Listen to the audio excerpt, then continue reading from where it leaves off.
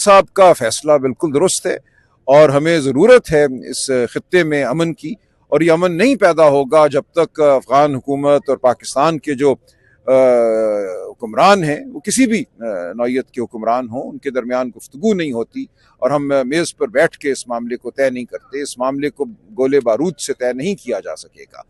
हम बिल्कुल दहशत गर्दी के खिलाफ हैं और हम हिमायत करते हैं कि दहशत गर्द जहाँ मिले उसको ठिकाने लगाना है हमने, लेकिन हम जो ये अवाम को तकलीफ दी जाती है, जो हज़ारों लोगों को बेघर किया जाता है, उसके खिलाफ हैं। तो इस हवाले से जो भी गुफ्तगू होगी हम उसका साथ देंगे। हमारा मकसद दहशत गर्दी को ख़त्म करना है, लेकिन अवाम को तितर बितर करना, उनको बेघर करना हरगिज़ नहीं है। तो सर, जो 27 तारीख को पेशावर में जलसे का ऐलान किया है, इससे पहले हमने देखा कि कौमी असम्बली की कमेटियों से इस्तीफों का ऐलान किया, सेनेट से किया, अब जलसे का ऐलान किया। क्या खान साहब कोई तहरीक का दोबारा से ऐलान करने जा रहे हैं? ये सब तहरीक ही है।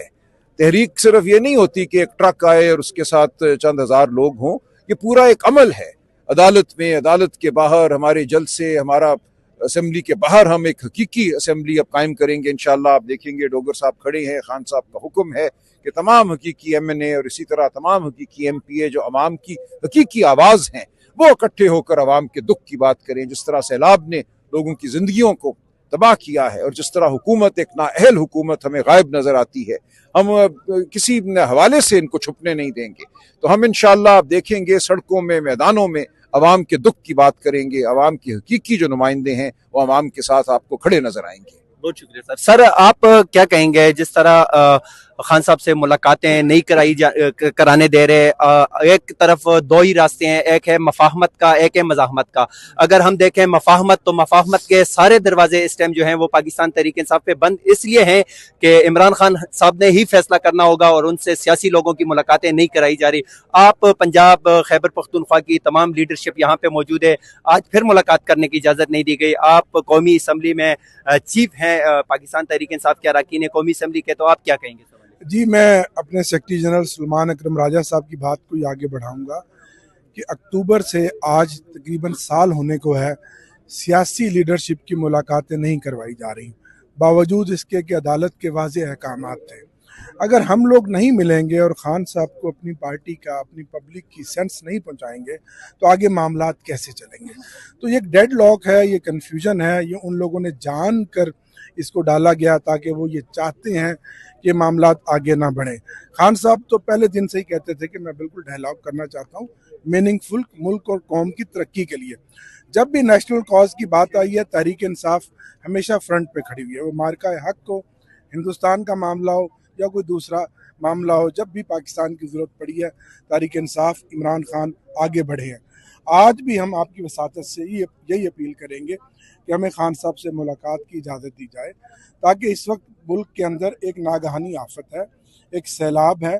अगर आपने खान साहब की पॉपुलैरिटी चेक करनी है तो सिर्फ 5 मिनट के लिए खान साहब का एक वीडियो मैसेज जेल से बनवा दें और एक अकाउंट खान साहब अपना दे देंगे। आप देखेंगे कि अरबों रुपया पाकिस्तान के लिए आएगा, जो आज सैलाब में घिरे हुए हमारे बहन भाई हैं, अजीज़ हैं। तहरीक इंसाफ आगे बढ़ रही है।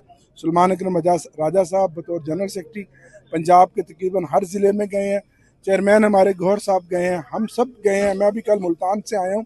तो इस वक्त हम सबको इकट्ठे होना है, लेकिन ऐसे हालात में हम पर मुकदमात, हम पर प्रेशर, फस्तायत वो अरूज पर है। और आज भी आप देखेंगे जितनी बड़ी तादाद में पुलिस ने चारों तरफ से हमें घेरा हुआ है, यूँ लगता है जैसे कि हम दहशतगर्द हैं। तो ये सियासत इस तरह तो आगे नहीं चलती। अगर हाइब्रिड निज़ाम को आपने मुकम्मल इसी तरह पैक करना है तो बस ठीक है, फिर कह दीजिए कि जमहूरियत नाम की है और इस मुल्क में जंगल का कानून है, फिर हमें कहने का ये मौका दीजिएगा।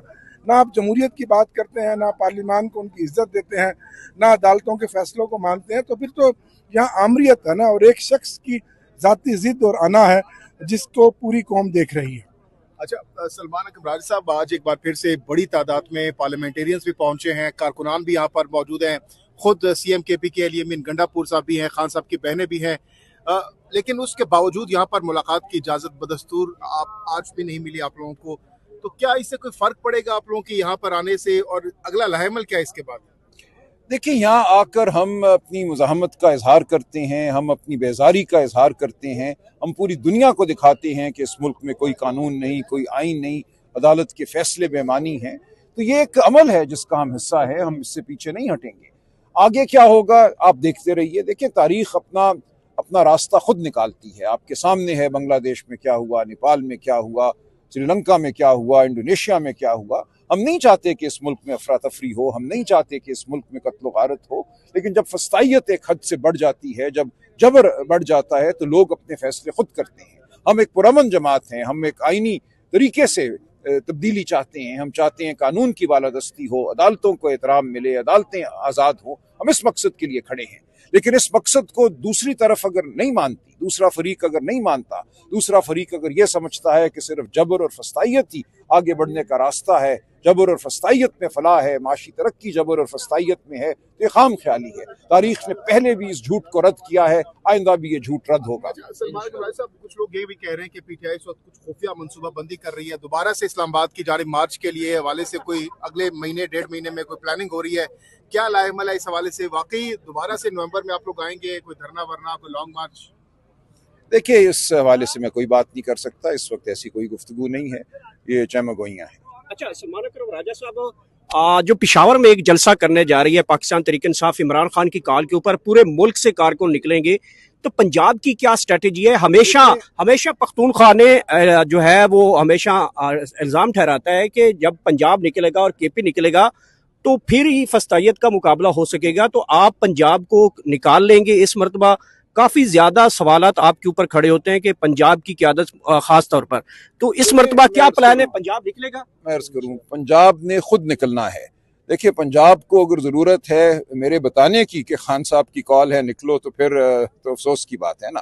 खान की कॉल है और बच्चे को पता है ये खान की कॉल है। हमारे तमाम पार्लियामेंटेरियन, हमारे तंजीमी सुदूर जिले की सतह पे सब मुतहरिक हैं और इंशाअल्लाह वो अपनी भरपूर जो मावनत है वो पेश करेंगे। लेकिन असल ये फैसला पंजाब की आवाम का है। पेशावर कोई बहुत दूर नहीं है, पेशावर में हमारी हुकूमत है, वहाँ वो फस्तायत भी नहीं है जो बाकी मुल्क में है।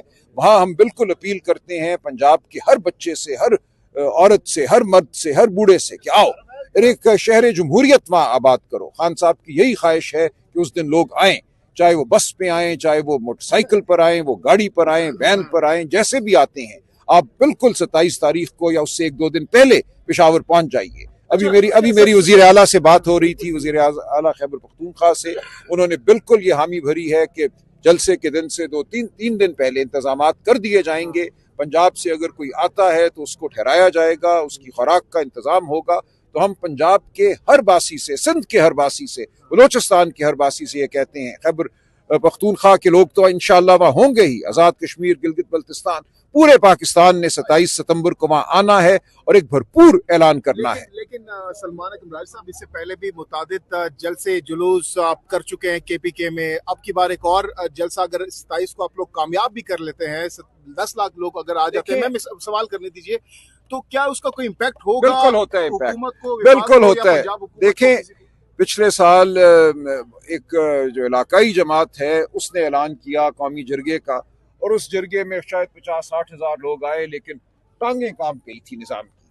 देखिए जब एक बड़ी तादाद में इंसान खड़े होकर, इकट्ठे होकर आवाज़ बुलंद करते हैं, वो खा पेशावर में हो, वो लाहौर में हो, वो कहीं भी हो, वो मस्तुंग में हो, तो उसकी गूंज पूरे मुल्क में जाती है और निज़ाम जो है उस गूंज से बच नहीं सकता।